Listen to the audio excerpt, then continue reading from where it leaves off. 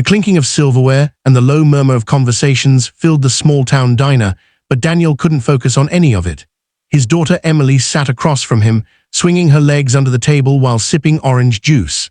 It should have been a quiet Saturday breakfast, just the two of them, a ritual he cherished since becoming a single dad 3 years ago. But Daniel's sharp eyes kept drifting to their waitress, Sophie. Something about her wasn't right. She approached their table with a polite smile, but Daniel noticed her hands twisting together in front of her apron, knuckles turning white from the pressure. It wasn't just nerves, it was something heavier. Her gaze never lingered for long, and though her lips curled upward in a practiced smile, her eyes were shadowed with unease.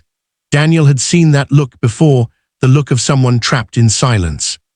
Emily noticed too. The little girl tilted her head curiously and whispered, "Daddy, why does she look so sad?" Daniel gave her a soft smile. "Sometimes people hide things, sweetheart, but it's important to notice." And he was noticing 5 clear signs that something was wrong. The first sign came when Sophie was taking their order. A loud laugh erupted from a man seated at the counter, his tone dripping with mockery. Sophie's pen slipped slightly and her shoulders tensed before she forced herself to continue writing. Her hand shook just enough for Daniel to catch it. The second sign followed minutes later. Sophie walked past the man and he muttered something under his breath. She stiffened, her lips pressed into a thin line, but she kept walking without looking back.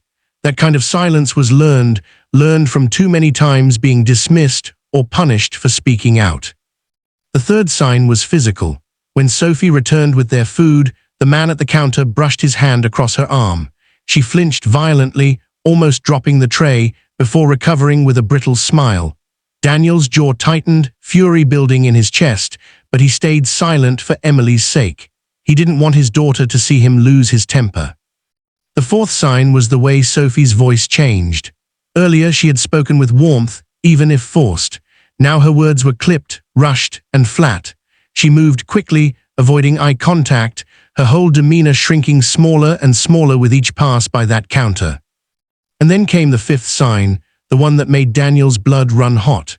The man leaned back on his stool, blocking Sophie's path with his leg.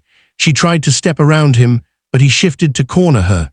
Daniel could see the fear flicker across her face, the way her hands tightened around her order pad, as if she could squeeze strength from it. Emily saw it too. She tugged on her father's sleeve, her eyes wide. "Daddy, he's being mean to her." That was all Daniel needed. He stood up, his chair scraping loudly against the floor, and crossed the diner with steady steps. His presence alone made Sophie look up, startled, her lips parting as if to warn him off. But Daniel wasn't about to sit back down, not this time.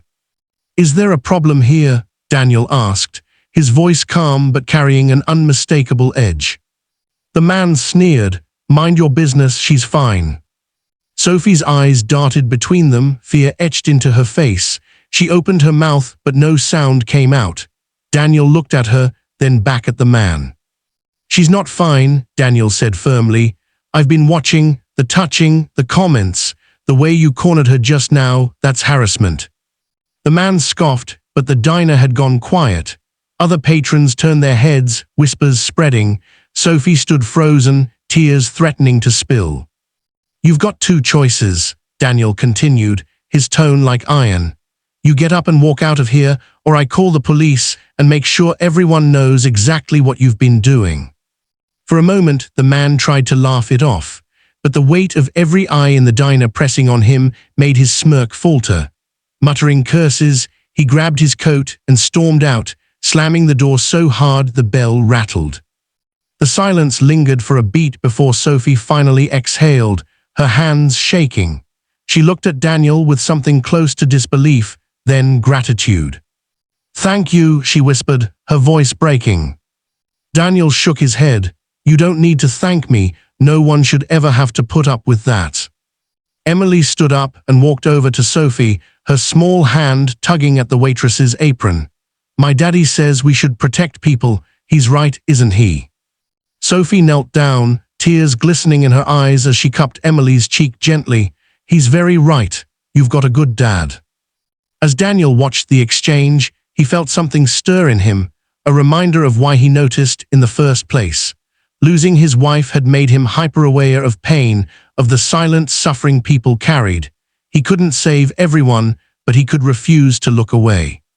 When their meal was done and they were leaving, Sophie walked them to the door. Her eyes still shimmered, but her smile was real this time.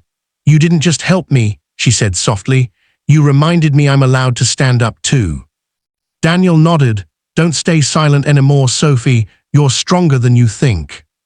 As Emily slipped her hand into his, Daniel knew this moment would stay with her. She had seen kindness, courage, and the truth that silence is dangerous when someone is hurting. And Sophie, for her, that day became the first step toward reclaiming her voice. Because one single dad noticed the signs and chose not to stay silent.